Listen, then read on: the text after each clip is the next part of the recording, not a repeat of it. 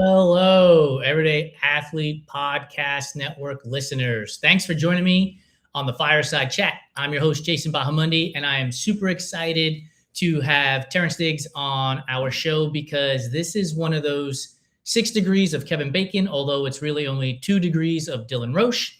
But I'm excited to have Terrance on the show. We're going to talk about all kinds of things from his running to his apparel company, to his events that he's putting on, to his run club, and everything in between. So make sure you stick around through the entire show because I'm also testing out a new series of questions that is no longer going to be rapid food fire questions. There's going to be a series of other questions that I'll be testing out on Terrance. And if we like it, we'll keep it for the next episode. If not, we'll go back to rapid fire food. But before I bring Terrance on, do me a huge favor. This is me putting my hands together, begging you. Please make sure you subscribe, rate, and review the Everyday Athlete Podcast Network on your favorite podcast platform, as well as on YouTube. The comments mean everything to me. I am the one who's responding to you when you see a response from Run, Try, Bike, and the Everyday Athlete Podcast Network. And it makes me feel like I'm connecting with you on a deeper level, knowing that you've listened to the show and we've done something that has touched you, that you feel moved to comment. And those subscriptions and those ratings and those reviews really help us with the algorithm in getting these shows and our great guests into other people's ears, which is the whole goal of our shows. So subscribe, rate, review, comment, and then honestly, share. Put it on social media and share it with your friends too. That always helps. So let's bring Terrance on. Let's have some fun and let's learn a little bit more about his running journey and his journey as an entrepreneur. Terrance, how are you, my buddy? I'm good. I saw the backstage in the bottom, and I was just like, oh, I guess I'll just wait. And I turned it just said, you're incoming. And I was like, all right, cool. That's exciting. But like I said, great to be here. Glad we're able to, connect and being able to talk about everything in this endurance space, running, biking, all that fun stuff. You can't see my bikes; they're behind my couch. But oh, very cool. I'm more of an e-bike guy. I'm not much of the cyclist yet, but I do enjoy a leisurely ride in Washington D.C. sometimes. So very awesome. Yeah, I need to get my bike is to my left and it's got a flat tire, so I need to get it pumped up so I can get back out on the road because I do love cycling. It's a great complement to running training. It's a great way to avoid the impact of running and still gain some fitness. So yeah, that's for sure a way to go. So I have 2 questions for you. One is an icebreaker question, and then one is when we really get right into it. So are you cool with that? Yeah, let's do it. Sweet. Icebreaker question. Pineapple on pizza, yay or nay? I'm a fan. Oh, no. That was quick. I'm a fan. I don't mind it. I don't mind it. It's a couple spots I've been to. They put the pineapple on it. Like it's a pretty simple pizza. Now not like massive chunks. Like if it's like a little thin slice ones, I'm cool. But like massive pieces of fruit on pizza, I don't think I'm the biggest fan. But if it's like a little, thin slice, just an array of it, I can work with that. What about, have you seen I'm going to call it the latest phenomenon. It's probably not the latest phenomenon. I'm a Gen Xer. I'm 52 years old. I don't really know what phenomenons are anymore. But dill pickle on pizza, on a white pizza. Have you heard of this? And are you down with it? I have heard of it. I have tried it. I wasn't the biggest fan. I can see where they're going with it, but I don't know if I will order it as a regular. Gotcha. I would respect those that like it. What is the regular order? What are you ordering every time and never getting tired of it? Me, I'm kind of like a supreme guy. Like I like pepperoni, Italian sausage, peppers. I get bacon, a little mozzarella blend kind of thing. It's a place near me called Pub Dog. We go there a lot. Me and the homies probably been going there for forever. They have a pizza there that I get like religiously, which is about that range without the peppers. But if I could get the peppers added on it, I'm good. Little side of ranch, some little red flakes on there. Yeah, you gotta have the red flakes. I'm good. That'll set me right for a couple of days. we just lost the entire audience as they closed out and have gone to the pizza joint in their near their house because they're starving now since we've made them so hungry. Yeah, that's me. I had my run and everything, and I was thinking, I was like, "Man, what am I gonna eat tonight?" I'm trying to avoid my cheat days because I am traveling this weekend. Yeah. But I think I might get one in, just to do it because I've been really back in my training. I think I need to get eliminate the cheat days because now I've been going a little too all out on that. We'll get into your training and what is on the horizon for you. But here's a question I ask everybody, and I started asking this a few months ago because it gives us such great insight into our guests. So I mentioned you're an entrepreneur, you are building out events and run clubs and apparel, and you're a runner, obviously. But tell me, who is Terrance Diggs? Jeez. Uh, I definitely would say somebody who sees the world through, like, I wouldn't call it rose-colored glasses because Okay. I might change the color every now and then, but I'm definitely somebody that sees, like, a lot of positivity in the world, whether that's through creating, or that's through my relationships, or just what I do in, like, my everyday routine. I always try to find something cool in, like, what's not, what's the beauty in something that might already not be there, being able to translate it into a product or activation or connection in some way, which is what running in sports has always done for me my entire life. I grew up playing sports my whole life. I was playing golf in high school. I played all 4 years. I ran track. I played lacrosse. Like, it probably was the most what the heck type of things to do in terms of, like, hey, I'm going to play sports in high school. I thought it was just going to be, I'm going to play basketball or play football or baseball. And I was like, you know what? I'm going to try for the golf team and see what happens. And, the relationships that built from it. And, I played lacrosse as well for 2 years, and I never played a day in my life. I just showed up. I had the athleticism, and I bought a stick from Dick's Sporting Goods. I was like, I'm just gonna show up to tryouts. I need to have cleats. Like, I did tryouts in my running shoes and fucked them up. But it's like I was like, oh, I got enough athleticism. Then I eventually invested in the correct equipment. But it's always been my kind of journey to who I am. So I hope that didn't sound too philosophical, but No, I love it. And here's one of the reasons why I asked that question, because oftentimes there's a recency bias in the guest's answer, right? If they had just finished Mhm. running, they would say, I'm a runner, I'm a wife, I'm a runner, I'm a husband, I'm a runner, I'm a father, whatever it is. But if they're doing something else and they've been working on something else, then they go down the philosophy route. Mm, And runner ends up being the last thing or somewhere in between. And so I yeah. always find it fascinating when people answer that question because it always leads to why was that the first thing you came up with, right? So for you, I literally wrote down a visionary optimist through creation as that's what I heard. And Boom. it made me, and then you talked about equipment and having the wrong equipment when you went to try out for the lacrosse team. Was the idea of being a visionary creative started because you had the wrong equipment and then you went and bought the right equipment so that you can now say, now I design equipment for people so that they can be good at these sports and help them enjoy them? Like, do you think it started in high school? I would say a little bit. I would also say my family, like, growing up, I've always been around, like, creative stuff in a way. So, like, my grandmother, she sewed, she did crocheting, she did painting. I have an uncle that was always into cartoons and sketching, and he kind of was like the side that I always liked, like, in terms of, like, anime or Okay. stuff like that, and drawing. So we used to draw together. Growing, he kind of was like my first art teacher coming into it. And I've always, in my whole family, we've always been around electronics, or I wouldn't call it nerdy stuff, but, like, I remember going to my grandpa's and, like, learning how to type, or, like, learning how to use Photoshop before, when it was Corel Painter and stuff like Oh that, my like, goodness. I remember that. very early on. Like, I was going to my grandpa's, like, "Oh, look, I made a sign for a lemonade stand." I think I think really, you hitting the nose on that.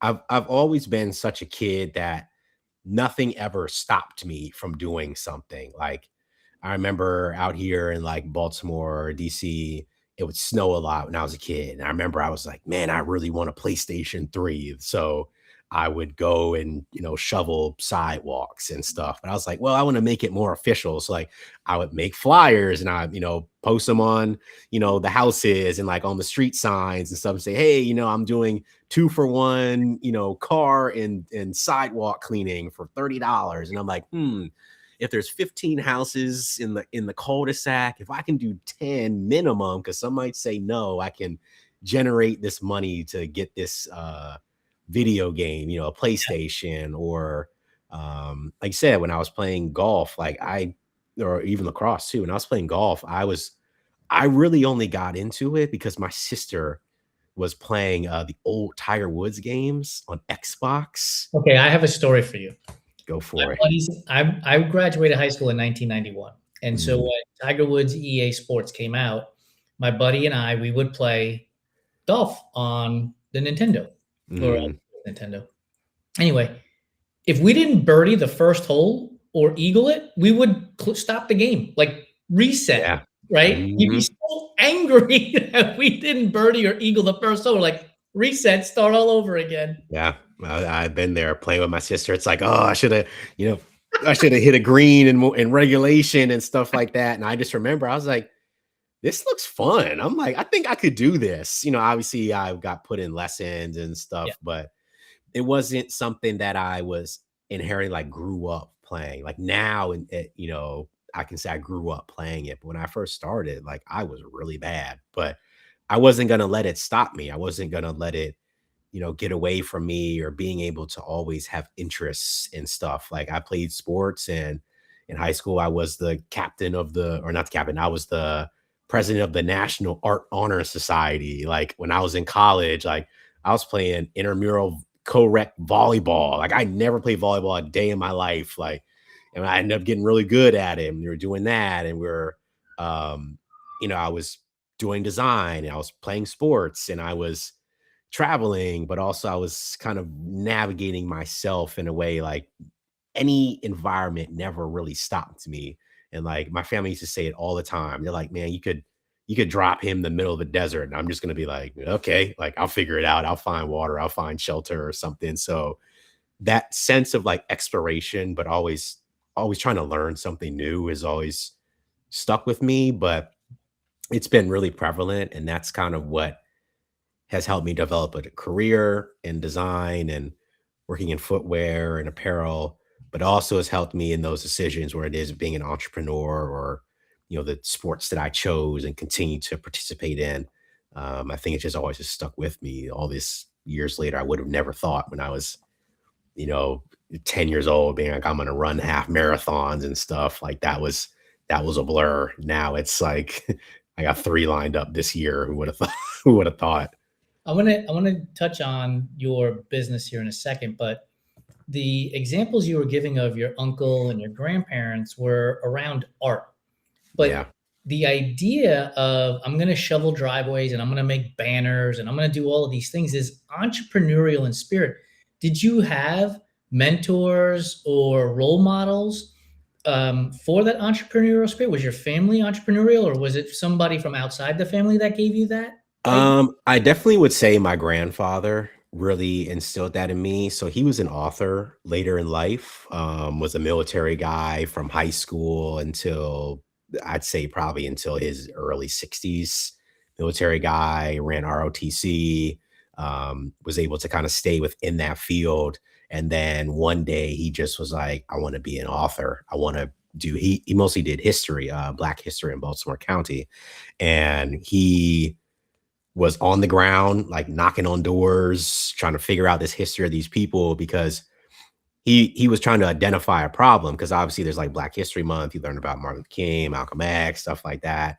And he wanted to really hone down on the history of Baltimore County and what it was. Like some people didn't know about their family. He was a substitute teacher, and the kids are like, he told the kids, tell me something about your families. And they're like, we don't know. We don't really talk about that. So he took it upon himself. So growing up, it was, helping grandpa set up his displays at this random convention center on a Saturday morning. You just sit there all day long and you're just like, me and my cousins or like me and my brothers and stuff doing that. And, you know, seeing him in his back closet, I don't think my studio looks as bad as his did, rest in peace, but he's like, oh, I gotta put this transcript together. He's like doing all this stuff. He's got all these manuscripts sitting around. It's messy and he's doing all this stuff. But then when he steps out in the community, it's like, wow, this man has really done a lot of footwork and doing stuff. I remember going to Security Square Mall in Baltimore County when like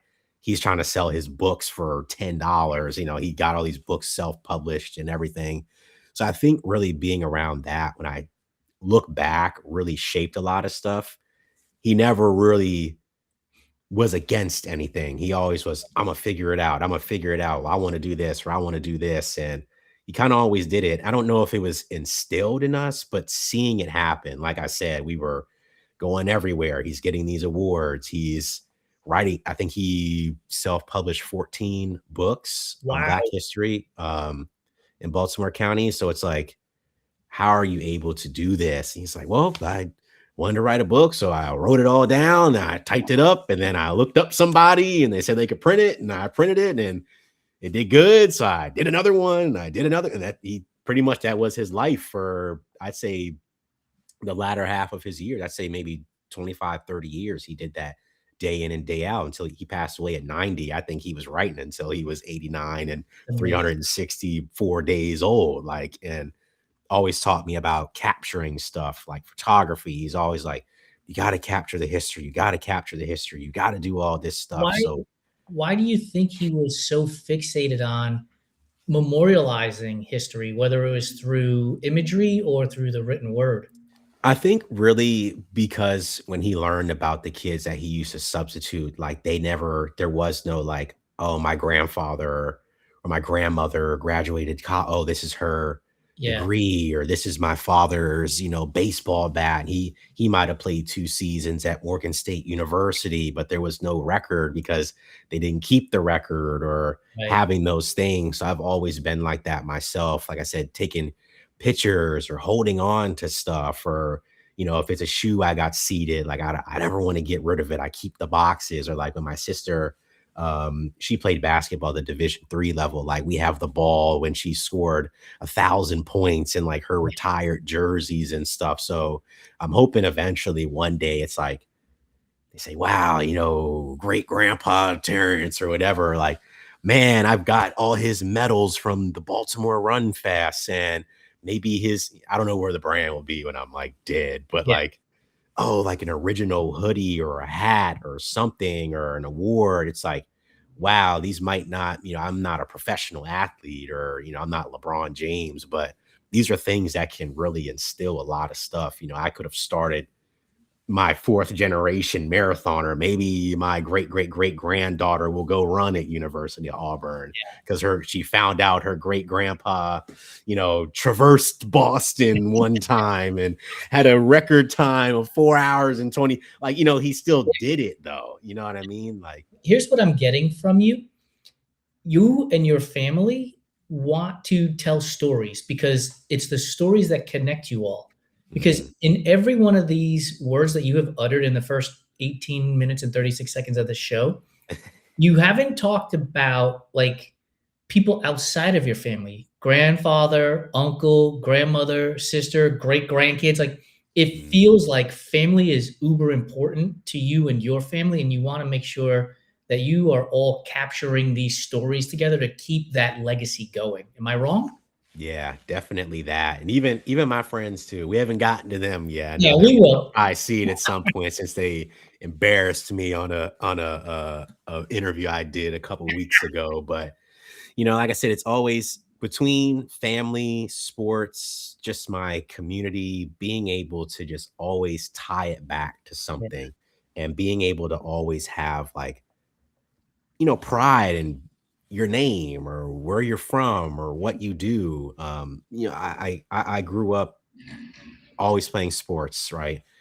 But then it always was getting in high school. It's like, well, if you don't go Division 1, if you don't go Division 2, oh, I'm interested in making music. But somebody's like, well, you'll never win a Grammy. Right. I'm pretty sure there was somebody, and I was sprinting. They're probably like, you can never run a 1600. You could never do this. And and being able to tie that back. And even, like I mentioned with my friends, all my friends that I've met since birth, we've all been tied by sport. We were the teammates at one point. We grew up on the playground together. Somebody's dad was the coach at some point, playing kid basketball. And, we still tie back to those things now. Not saying it like brings us to our youth, but it's how we built that foundation and that structure and built and how to nurture relationships and how to be disciplined. And now that I'm seeing it a lot older, I'm like, man, who would have thought we're still hooping at this age? Like my buddy got married 2 years ago. And he organized the whole pickup basketball tournament I like love 4 hours before the wedding. And I'm like, man, I haven't played, it was friends I knew from high school and middle school. And I'm like, man, we haven't played since the Murray Hill Elementary gym. So it was like taking us back, like being able to still have that connection. And obviously we brought the camera and took pictures and stuff. And we still look back at it now like, man, that was I might not be dunking like I used to, but at least we had fun and still felt that connection that we always built. So the, I've always loved just having that and did wherever the, that goes in life, it'll stick did with the me. groom come away unharmed? He was able to get married 4 hours later, didn't pull a hamstring playing pickup. Well, the lady that was the coordinator, because all the ladies they went to get their hair done and makeup, and then he's like, "Yeah, so we're gonna play basketball," and she was so nervous. I think someone did catch an elbow, Oh but no. they weren't like in the bridal party. Okay. But and like I had braids at the time, so like I didn't want my braids to be all fizzed up because this was a battle. This was not just like we're gonna No. run around taking shots. They running sets and plays and like he's bringing all his buddies from college that like I'm like, okay, everybody's whatever. This guy's like 6'6". This guy like played pro in Albania for like 2 years. I'm like, this is some real stuff. But luckily we did make it. We were a little sore, but we made it to the reception. Everything was Those fine. But those games always start real nice and easy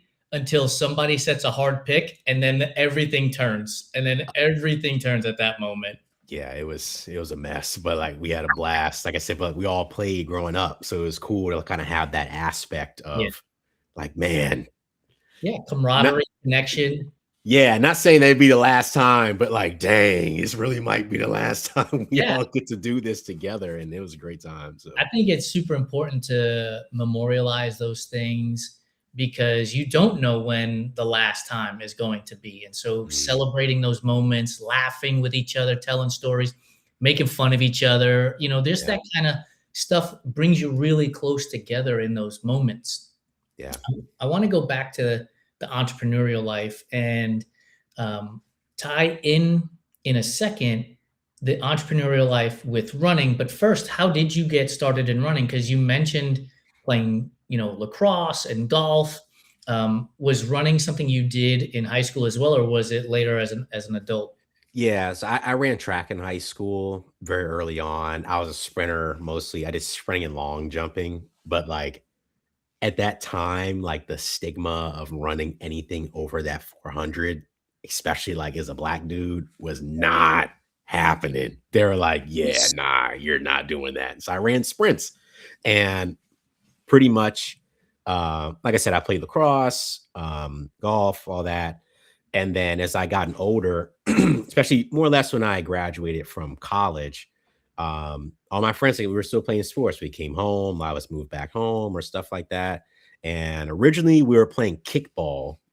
We're playing kickball. We're like, let's get the team back together, man. Let's play some kickball. So that was fun. It was cool, like I said, to get back out on the field with my friends. And then they were playing soccer. They're playing indoor soccer. Then we played outdoor soccer. I played too. I never played a day in my life. I played striker. I played right up top. Like, let's just make it happen. And pretty much we were still trying to find ways to obviously remain fit, but also still find ways to remain competitive. Okay. Because that was my life from ages 4 to 21 was get up, work out, go to school, work out, get up, work out, go to school, work out, game, get out, summer, club game 1 in the morning, club game 2 in the evening, high school league game, on Thursday nights. Like, that's what I did. That's what my sister did. We played sports for 20 years straight. And then once I graduated college, it just was like, all right, that's it. Like, there's no end goal. When I was in middle school, it was like, okay, I want to make the high school team. When I got to high school, I want to play in college. After college, it kind of just stops. Yeah. And me and my buddies were like, man, we should get back into running, because we always did it in the off seasons for conditioning. Right. And we were like, all right, well, cool. It's cool to run around the block. And then we were like, oh crap, we didn't know this whole thing was this Baltimore Running Festival. We should get involved in that. We all ended up participating in it. And I was like, man, I love being back on the field with my guys. Like, even if it was just running a 5K or a 10K, that camaraderie and dedication to training and dedicating to practice. Like, we would practice at our old high school, and I used to be like, man, I never would have thought the day I would want to come to practice. Before, I would be like, oh, I don't want to practice. I got to go home. Now I'm like, ooh, 6:00. I can't wait to run 6 miles. That determination is still getting to another goal is what always stuck with me. And then here we are now. I didn't think it would go this fast, but I guess the pace stuck with it. So yeah, and it's amazing. I'm going to need a PhD in the audience to do some research on why we, as younger athletes, who didn't really run track for that matter, but despise the idea of practice and just wanted to play, who are now running for hours on end. Like, we're practicing constantly. It's how it goes. And like, being able, like, back then, running was like the punishment. Right. It was, go do a lap.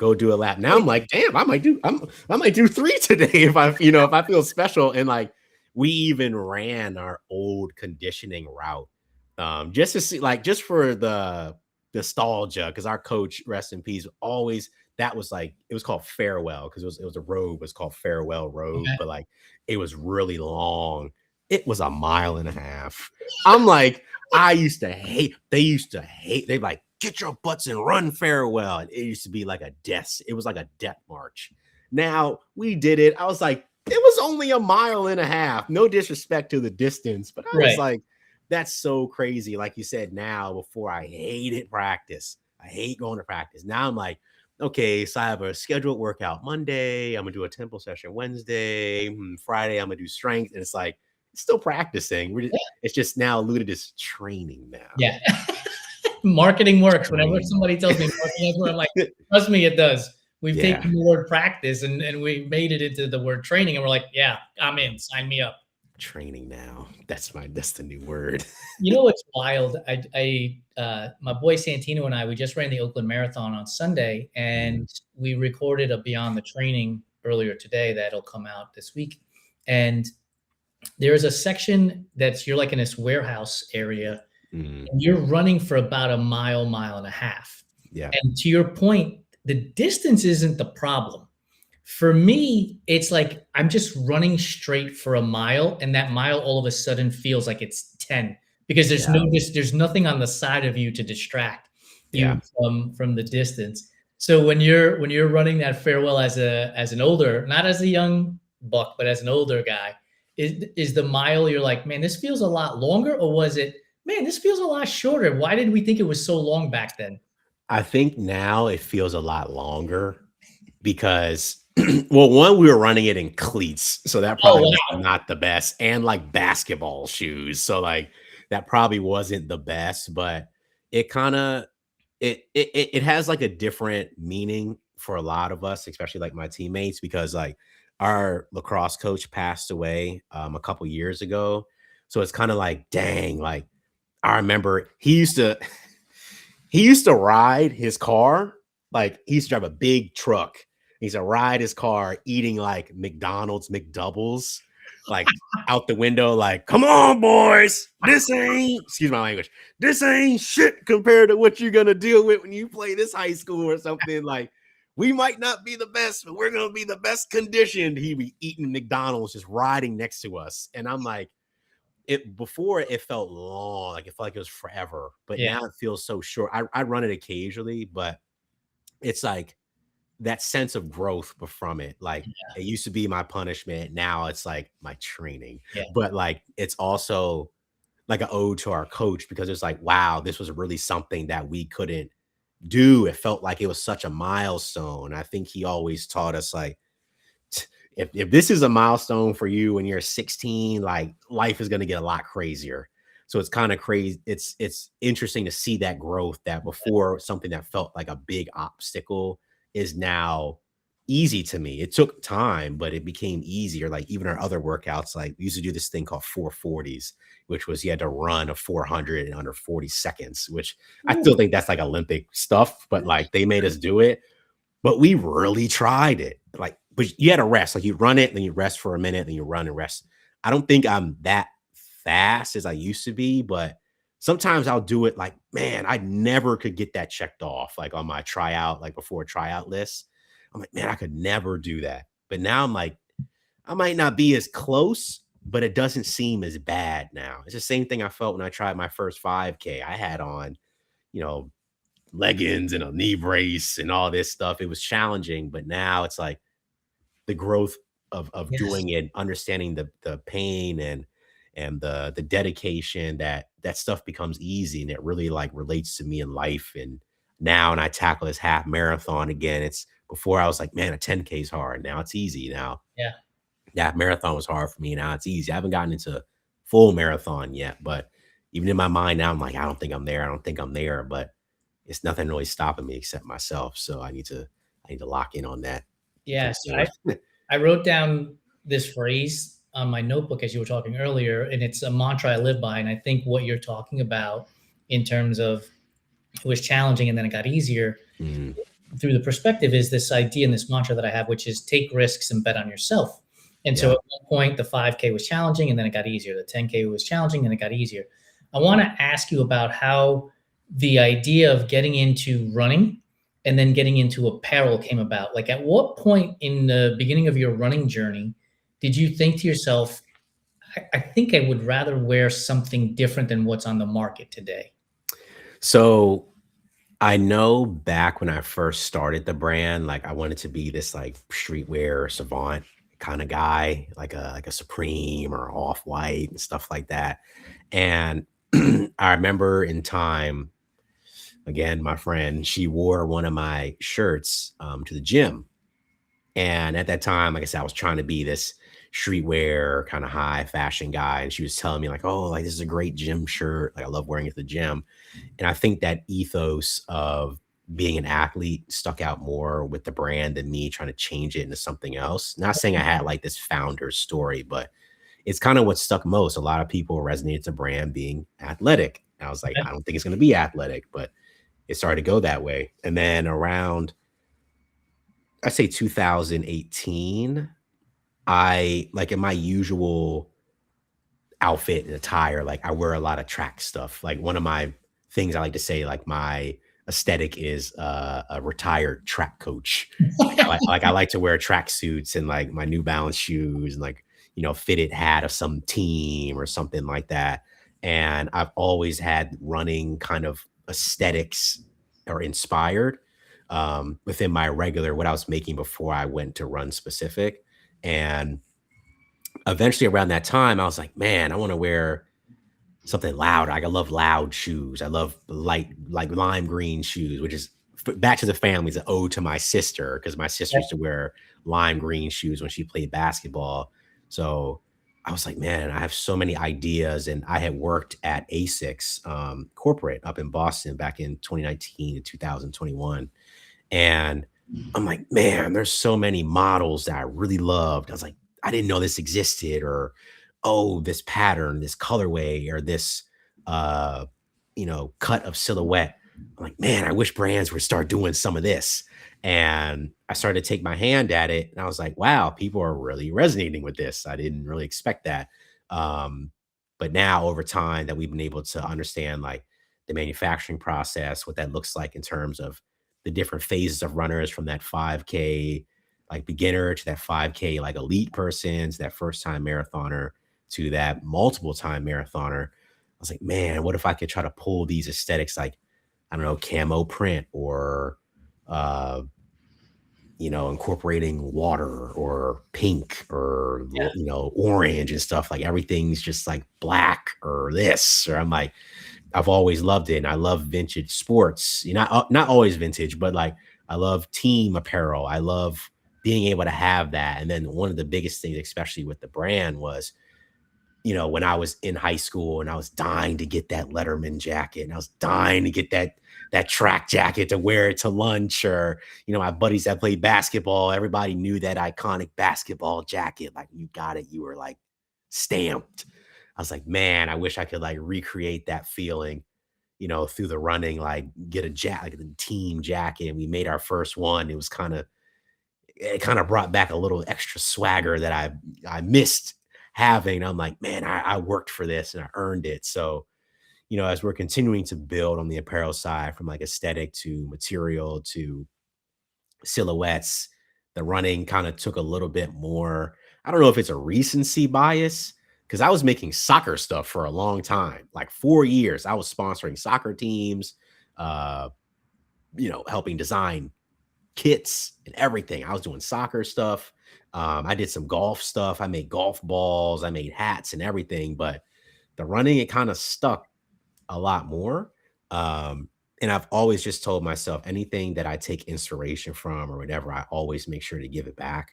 So that's when we started working on the run sponsorships between races, or helping people get bibs, or helping people with the gear. Like, hey, maybe somebody, they never got to run in high school. They never got to run as a kid. And this is their first time getting that team uniform. Like, I hope people feel that kind of nostalgia that I felt. But also that sense of like, I earned this, and, I feel part of a group and a space that respects that. And trying to win. I like to win. So I'm placing somewhere. That's brilliant. What do you mean by you're helping people with bibs? So do you sponsor athletes who want to enter into races? Is that what you mean by that? Yeah, a lot of times, like if a race has a sponsorship, sometimes they'll give us bibs and stuff, and I'll ask, really not just in our group, but I'll like, does anybody need a bib for this 5K or this 10K? Or if I can, work with a retailer and they're giving out bibs, how can I help somebody break that threshold? Because yes, there's people that run, but for us, especially, I try to push races. I just think being able to compete and feeling that energy, it completely changes your outlook of what it's like to just run around the block. Right. I'm like, man, you got to experience a Baltimore. You got to experience a cherry blossom. It completely changes your outlook and perspective. But sometimes people are like, well, I don't want to pay $50 to run a race, or I don't want to pay $40, $30, whatever it is to their budget to run a race. I'm like, well, how can I help alleviate that for you, so that now you can experience it? And then after that, you can, figure out if you want to keep doing it. But if I can kill that first barrier, then it helps. I think it helps in the athlete's journey. Like the first one was always shoes. Yeah. I don't want to run because I'm sustaining injury. I'm getting shin splints. I'm getting hip flexor tightness. I'm like, well, you can't pull up in a pair of Air Maxes or New Balance 990s and try to run a 5K. We've worked with retailers like Charm City Run, Feet First Sports, Road Runner Sports, to help people, get discounts on shoes, or even attending demo events. I'm like, hey, come check out this demo event. Let's get you in the shoe to try it. And then they're like, wow, I didn't know the shoes were like this. Now, like, I think I want to run more because I feel confident in the gear. And then the next thing is the racing. It's like, okay, well, even if it's a local 5K, if we can help sponsor it and help that organization or nonprofit obviously make their fundraising goals. But if we do get awarded, let's say 4 bibs, I'm happy to, it's your first race. Boom, here you go, your first bib. All you got to do is show up and run. So there is no, I got to think about it or whatever. I think it kind of kills that first barrier to really just accelerate their kind of running journey, as I like to call it. So I started this company 5.5, 6 years ago because when I looked at the media landscape and digital platforms, there were no stories about 5'6" Puerto Rican kids from the Bronx. And I was like, but we're out here doing this too. And I want to make sure the stories get told. And there was a huge emphasis on that for me. And there still is to this day. What is it about bringing people into the sport whether it's through the right gear and equipment or a bib that is important to you? I think really just one, the relationships that you can build from it outside of just like, hey, we just run together. I would say definitely from working in the business to I was an ambassador for ASICS and Arc'teryx 2024, 2025. It's just like being able to get out of the comfort zone. Like even for me, I might seem like, yeah, yeah, yeah, but I'm really like to be in my shell sometimes. But if I can, go to a running event or something and I can just connect with somebody, it's the common denominator. It's like, well, we both run, and then you find out, oh, you like soccer? Oh crap, I'm a Leeds United fan. Oh, I'm a Chelsea fan. Okay, so we're kind of like it's kind of like that barrier to the first thing. Like the running is like the intro, and then you kind of learn other stuff. Like I'll talk about it. My friend Austin, we've been really good friends. We've been collaborators on creative projects. Like he's working in the space now in the run space, and we met because I was at a music festival selling my running gear. And I was like, nobody's gonna give a shit about this. Like, no, I just fuck. I was like, no one's gonna care about running hats. And I got my D17 running shirt. So I'm like, no one's gonna give a fuck. So I was just there to support my friends whenever they offer me a vendor space. I was like, okay, cool. And he comes up to me and he's like, yo, you run? I was like, yeah, I'll be running. He's like, oh, me too. I just moved here from Georgia. I ran in college and I go to University of Maryland and I don't really know who runs out here. And I was like, oh, we could run sometime, kind of like on some first level thing. And then he was like, oh, I take pictures too. And I was like, oh, I like photography too. And then it's like, okay, well, cool. And he's like, where you be running? And I was like, oh, I go here every Thursday and I run, at 6 o'clock. And he came one time and we ran and, we've been able to do creative stuff together, like amazingly beautiful work. And then he's now the GM of a black owned running store in Maryland. Like that's how it started was I was just like, that was the barrier. And I think being able to have that sense of connection. And I know people say community, but also the running kind of is the tailor to other things. Like I'll run and some people golf. I'll run and some people lift. I'll run and we'll talk soccer. I'll run and we'll talk baseball. And then it's like that connection has always been so, I wouldn't say granular, but I always tell people that, running is just, you just need a good pair of shoes and somewhere pretty to go. Yeah. You can do anything. I mean, even when I run the lakes out here, I always wave to other runners. Like you kind of know, you see somebody else, it's like also training and they're dying through this thing. It's like, we're both on the same pain level here. So like, I understand what you're going through. You understand what I'm going through. And like I said, I'll see people, I'll just wave to them. I know one guy I see all the time, I see him running around. I don't know this man's name. Yep. I don't know nothing about him. I think he's got to be, I'd say maybe in his early 70s. I see him all the time. Hey, how you doing? Oh, I'm great. How are you? Training for something? Yeah, DC half. Baltimore for me. All right, see you. Yep. I just see him all the time. I don't know his name. He doesn't. I've never said like, sir, I'd love to introduce myself, but he keeps me motivated. I keep him motivated. Like I said, he's an older guy. He's like ripped. I'm like, man, I want to look like this guy when I'm in my 70s. I know he said he was older because he was like, yo, I've been I think he said he's been running either Marine Corps or Baltimore Run Fest since I think Baltimore Run Fest is like the first year they started it. And I think Baltimore Run Fest just is hitting 26 years today. I think he said he started running like in his 40s. Yeah. So I'm like, man, I just see him all the time. And like, we're homies. And that's like the barrier that's kind of like broken. Yep. Instead of us just being like, well, he's running, I'm running. Now we're two runners in the same route. And I love it. I love seeing that. Sorry about that. Oh, no worries. I live here in Hollywood and I run on the Strand in Manhattan Beach. And there's a young lady. We pass each other, wave, and that's it. We don't even actually say words. We see each other. We know who we are. We know who each other is. And it's like having that friend. You're like, okay, cool. And then you just pass and you move along. Yeah. But one of the things you nailed on, and it's why we call this the Everyday Athlete Podcast Network, and we have the Everyday Athlete Clubhouse, is because we are more than runners. And I'm a huge believer in that. in this opportunity to talk to each other and connect with each other on things that are more than just running, right? You mentioned baseball. I wrote down I wrote down a note. Who is Terrance's favorite baseball team? Because I'm a huge baseball fan. It's been the sport I grew up with my entire life. Mm, I think running allows us to connect with people, like you mentioned, on all of these other components of our lives. yeah. So if we're running, well, who's your favorite baseball team? I'm a Baltimore Orioles guy. So I'm a New York Mets fan, and the Baltimore Orioles just signed Pete Alonso this year, right? So if we're Yeah. going for a run, now we have something to talk about that's going to allow the miles to pass by.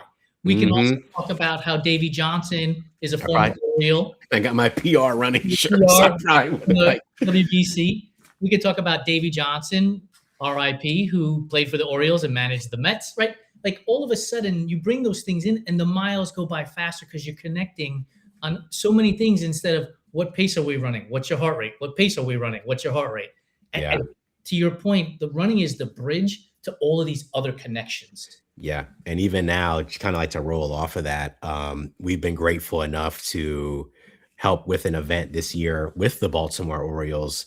They're having a run club night at the yard. So it's like you get you get a hat that says like, like Orioles Run Club on the front. They're gonna like highlight all the clubs on the Jumbotron and stuff like that attend. So, come to find out, one of the guys that I was able to meet on their department, he runs in Baltimore all the time. And we've definitely ran past each other multiple times. And, I just bumped into him one time and he was like, "You're the D17 guy." And I was like, "Yeah, I'll be making stuff, and he's like, "Oh, like we've been trying to do these things with the run clubs in Baltimore. Obviously we want to be more connected to the groups and the community." And, he put that together and he's like, "Man, we'd love for you to help be a part of it." So like you said, it's crazy how the running is like the byline, but it builds off so much stuff. Like I said, we connected off of running, like not saying it was networking, but it grew organically. And it's not just like, "Oh, how fast are you running today?"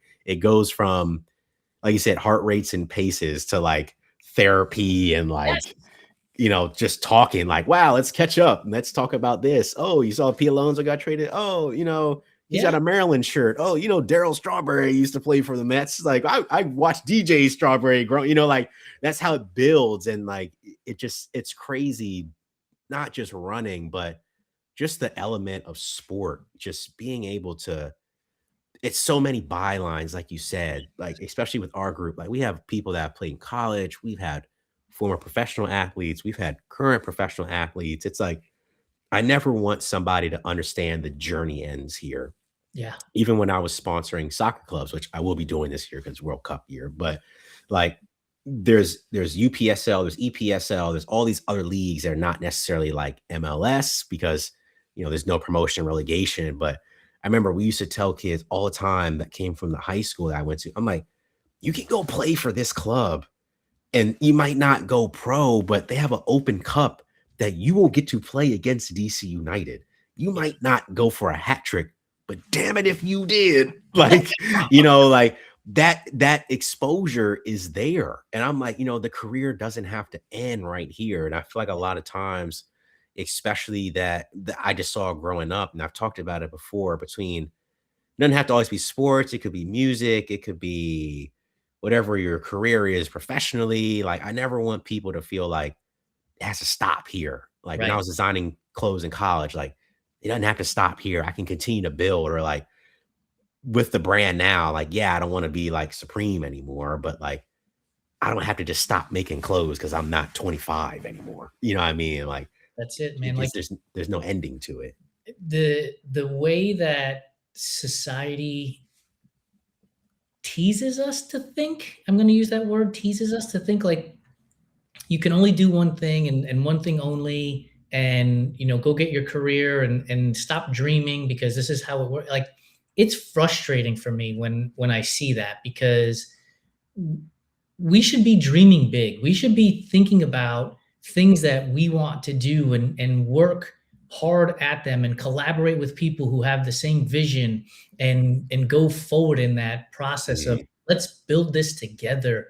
We have enough resources that we can lock arms with each other and build things together and Yeah. leverage your strengths where I might be weak, or leverage my strengths where you might be weak, and build all that out so that I go back to what we started with, the idea of legacy and being able to tell your great grandkids, yeah, I started this way back when, and I did it with some dude who lived in West Hollywood at the time, right? Like, Yeah. I just think that that kind of stuff to me is what fosters relationships, fosters camaraderie, Mhm. builds connections and understanding of other people's communities. I'm Puerto Rican, you're black. Like, I don't know what it's like to be a black man living in Baltimore, but you also don't know what it's like to be a Puerto Rican kid growing up in the Bronx. And when we can work and connect with each other, we can share those stories. And running, to your point, is the byline in that scenario, right? Now Yeah. we can run and tell stories about that stuff too. I Yeah. love the way you phrase that, because I do think that running is the seed that we're planting, and then Yeah. we get to see what the blossoms from that are. Yeah. And I think now, especially because so many people are getting into it, like, it's great to see what that looks like. And obviously, I know there's a point where, like, okay, commerce comes in, obviously business comes in and stuff like that. But I think the more just authentic that people can be and just genuine and just really just understanding like how powerful running and sport can be, it's like it's honestly just so mind-boggling Yeah. because even when I think about it, like, yeah, I'm sitting in the same studio that I was in before, and I've got, New Balance shoes behind me. Like, if you told me when I was 10, 13, 15, 19, 21 that I would be in contact with New Balance on a regular or even being an athlete for like I was running for Asics. How crazy is that? Like, who would have thought if I was that age? I told myself, like, man, you didn't go to the you didn't go pro in lacrosse, you didn't go pro in golf, like you walked on in college, you left because you're like, it's not for me, and you end up running for one of the biggest brands in the world, and now you're making apparel that's been seen in marathons across the United States. You're connecting with retailers in South Korea. You're making, interning at shoe companies because for the love of the game, you're interviewing on podcasts and magazines and stuff, all because I decided to go run around my block. And It's cool, right, man? it's insane. And I feel like it's with that with any sport, but like running is like that thing. It's like that Goliath. It's like that everyday journey, like that marathon or that Ironman or triathlon. It's like you got to fight that beast, whether it's going to get to you at some point or, I know on TV they try to make the 5K, like like the office. It was like the rabies 5K Yeah. and stuff, but they were still dying trying to do it. But it's crazy when you think about it because, and I won't ramble too much, like, something you see on social media say, I don't want to have a turkey trot family, Right. like Yeah. Yeah. Thanksgiving, we're going to run a turkey trot. But like, not to sound crazy, but like, think about how many times you get to see your family outside of like funerals and birthdays and obviously Yes. Thanksgiving. You meet them at dinner. Yep. But man, imagine if you could get the family out to get fit, to raise money for a cause, to go out and do, you don't got to run the 3 miles. You can walk it or whatever. And then you're like, damn, my aunt might be like, I haven't done this since I was a little girl. I felt great out there and people cheering me on. And you don't know what people are battling. Like when I ran my first marathon, man, I was down. I was like, I don't want to do this. And like the energy of the crowd really brought me up. Like I really was like in a slump, like a very mental slump. My training was not going good. I got injured. I had some family problems going on. Like, and I got to be with my friends again and we got to run together. And I was like, man, maybe it wasn't really me running the half marathon. Maybe it was just me showing up, Yep. just me dedicating myself to a goal and showing up.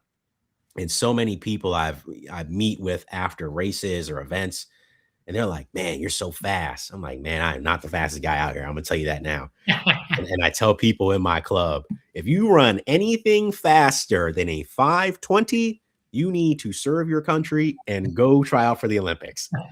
But like, you never know because like in reality, somebody thinks I'm fast, but somebody's faster than me. Yeah, But at always. one point, like I thought I was really slow, but I have to keep getting to that, that pinnacle and that point. And it's like, okay, I'm trying to get my sister to run now. And I'm like, you could be fast. She's like, well, I'm not that fast. And I look at her paces and I'm like, you're actually really fast. But now we've become a turkey trot family. And I know I'm going to get to see my family more because we're all going to be training and stuff for this event. Now we find more avenues to talk and connect because we're going to train together. We might run together. Oh, we're all going on family vacation. Somebody bring your shoes, or we can go to the hotel gym or something. It's like, it's all about that connection, but also you never know what that small let's be a turkey trot family, or let's get my friends together to run a race in Charlotte and we're all from Maryland, or let's all try to qualify for this thing, because you never know what people are battling. Like I said, you don't know what tribulations they're going through. You don't know what they're fighting that morning that translated to 1 p.m.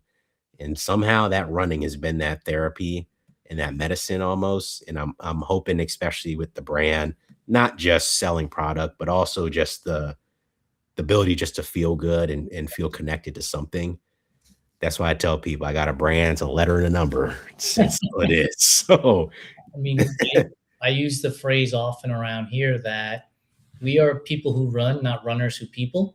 And mhm, so, like, the running is the connection to so much more beyond the running, and being that turkey trot family, the key word there is family, right? mhm, Like you bring people together, and maybe they're not blood related, but they're family because they're hanging out with you and doing the turkey trot or whatever else it might be at that point. And yeah. to me, there's just so much value in that. We're bumping up on time here, and I want to make sure that we do get your brand out there. So, where can people find you, and then also where can they make purchases? Are they capable of buying individual pieces? Do you cater to teams and clubs? Give us the lowdown on that. Yeah, just everything's at D17 Clothing, just letter D, number 17 Clothing. You can also do D17.run. We do collections. We're currently working on our next round of singlets for the spring. Those are usually available by pre-order, but I'm working on a bigger array of everyday available stuff like lifestyle tees, hats, bottles, accessories, stuff like that. We've kind of always been on that. But now we're working to get more on the performance side with the singlets. They've been tested. I've ran it. My friends have ran in it. It's our second iteration of it, 100% American made, which is really good. And then just getting back to these races. Hopefully people will make that their race day selection. I'm hoping to see some flats with the singlet on it. The inside tag says smells like speed today, because once that air gets in your lungs, you just feel fast. So I'm hoping people Love can it. feel fast and get some PRs. But like I said, more importantly, show up and they know that letter and that number is connecting them all across the world. So So fill me in. Where did the 17 come from? that was my number when I was in high school. Okay. Um, so kind of time back when I was playing lacrosse, there was only like one black lacrosse player I knew of. His name was Kyle Harrison. Actually got to meet him, which was cool. He played at Johns Hopkins University, won national championship, All American. I was trying to learn about the sport. He was the only black guy I could find, and he was number 18. And then he had a brand when he went professional. It's called K18. And I was like, man, I play lacrosse. I'm going to be number 18. I didn't get it because a senior took it. And I was like, my coach was like, you got three options. You got 17, 23, 49, and 58. And I was like, I cannot fit the 48. I was probably 5'7", maybe like a buck 10. And I was like, I'm not fitting that dress of a jersey. So I took the 17 and just kind of stuck with it. And the D is from the first letter of my last name, but I kind of don't like, it's not Diggs 17, it's just D17. Yeah. Just sticks with it. So shout out to Kyle Harrison. I did meet him at one point. I told him I was very nervous. I was like, but he was cool about it. So That's cool, man. What a great story. And the idea of not taking 23, I guess growing up in Baltimore, you don't want to run around with Jordan's number on. Yeah, I don't know. It just didn't fit. I'm like, there's like certain numbers like you gotta stay away. Like I can't wear one because I wasn't, the best. I Right. started, but I wasn't the best. I was like 23. I don't know. The 40s, I don't know anybody that wears that, a number 40 in lacrosse. Then 58 is like a linebacker number. I'm like, I play offense. I don't want to get hit. So I can't be out there number 58. When I was played club in college, I wore 47. So I kind of was like my ode to like There you not go. getting that jersey. So That works. 47 was the other number. Well, I appreciate your time. Are you ready to figure out whether or not this ending of our show with the new variable is worth it or not? I think so. Like I All right. said, I'm glad you've built this platform to people, and shout out to Dylan for making that connection, which I Yes. didn't know we lived pretty close to each other. So it's like I was gonna go see him at the Annapolis Running Fest, but I was dog sitting sadly. But like I said, that run thing is just connecting so many people, then That's it. that's all it does. So we have a private podcast in our Everyday Athlete Clubhouse called Party of Five. Mm, And the concept is that my guest gets to invite four guests to dinner. And the guests that you invite to dinner have to be one from the world of music, one from the world of film, so TV or movies, one from any other place, business, politics, wherever you want to bring them in from. And then okay. the last one has to be an everyday athlete. So somebody, one of your friends, somebody that you follow on social media or somebody like that. And then Okay. you pick whatever the dinner is that you want to serve. And I always set it up by saying, don't worry about budget. We got Netflix money. They are Okay. sponsoring this party of five. So, Okay. all right. So, guest number one, who's showing up at the door from the world of music? Geez. I probably would go with Pharrell because he's like getting in his running bag, like he's wearing like Evo SLs and stuff. So maybe he can like hook me up, or maybe like Action Bronson because he's a New Balance guy. So Yeah. I'll rock with him because I'll wear these and he's like, because he's like Italian. He'd be like, "Oh, you're New Balance guy," huh? And I'd be like, "Yeah, I'm with them too." So maybe one of them, but we'll stick with Pharrell for right now. And I didn't tell you this, but alive or dead. So either way, you can rock with them alive or dead. Okay. Who's coming from the world of stream, TV or movies? Um, I probably right of contemporary. I probably would do Michael B. Jordan. Yeah. I think I Is would that do is that a him. is that a recency bias from Sinners winning some Oscars? So I really liked Creed. I really Yes. liked the Creed series, and I feel like because of like Rocky, because remember he was jogging in Philly like Rocky, so like we Yep. could jog together. We could be like, man, I'll be your run coach, I love something it. like That's that. perfect. Yeah, because like remember like every stereotypical like running thing was like Rocky or Forrest Gump.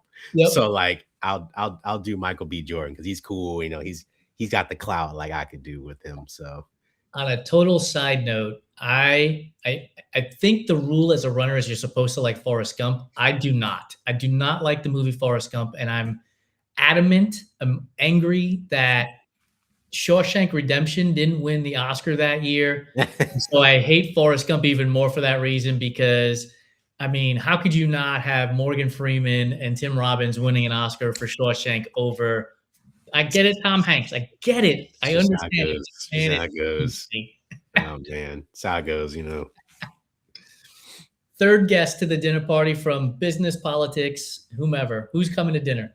I think I would go with hmm. Geez, that's a hard one. I It's, think I would go with Candace Parker.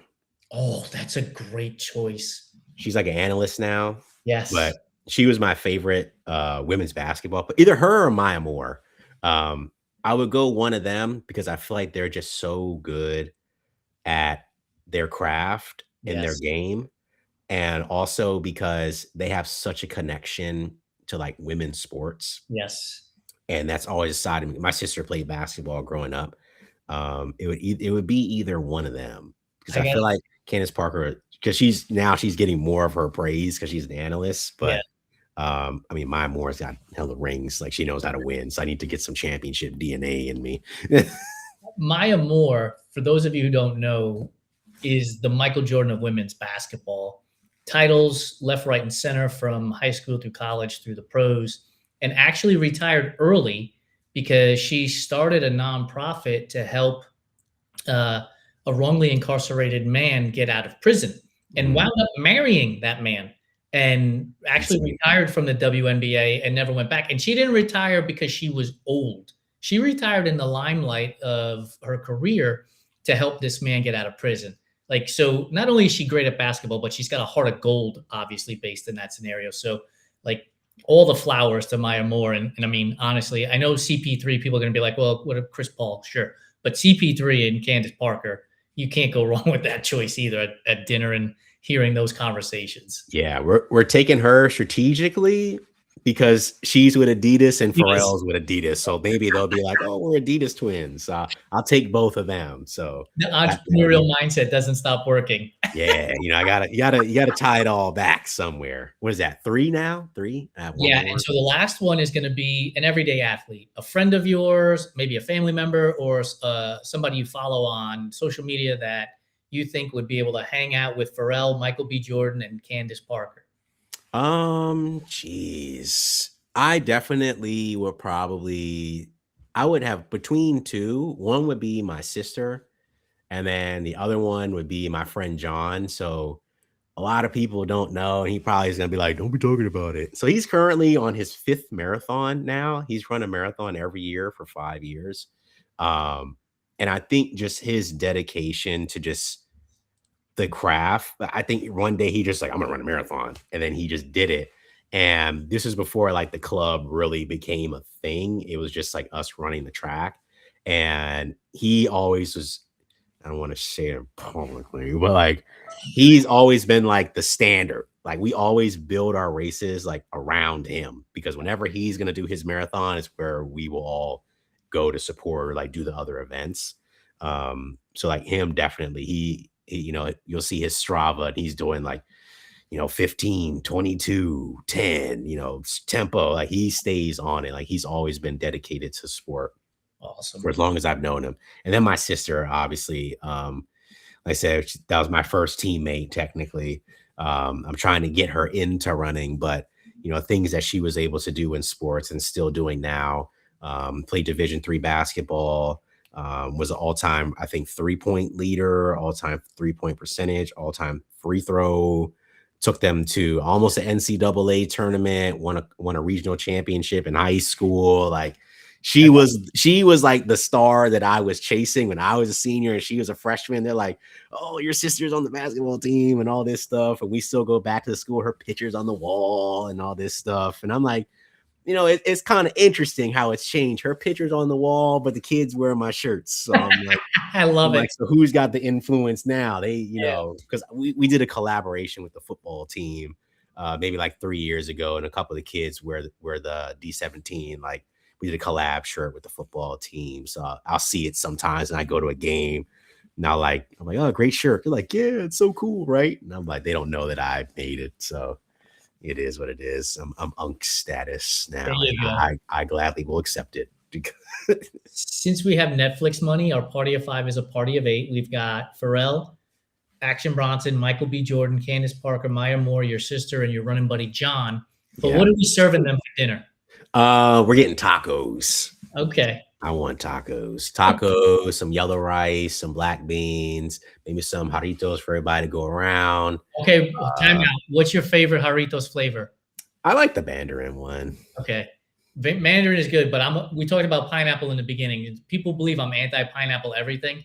My favorite jarritos is pineapple. Fair. That's a fair pick. I like them all, but I'll take any of them. For my time when I was down in Miami, that's all I would eat was just tacos and ceviche.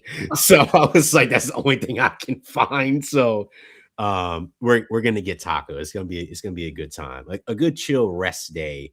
There you go. Dinner. We're just gonna have that, and I don't know, maybe put a movie on, maybe Mike, we'll call him Mike now because we're at dinner. He'll do a quick screenplay from Sinners 2, and then, we'll kind of go from there. Yeah, So. I mean, look, if he's at the dinner party, we're calling him Mike. That's just the way it rolls.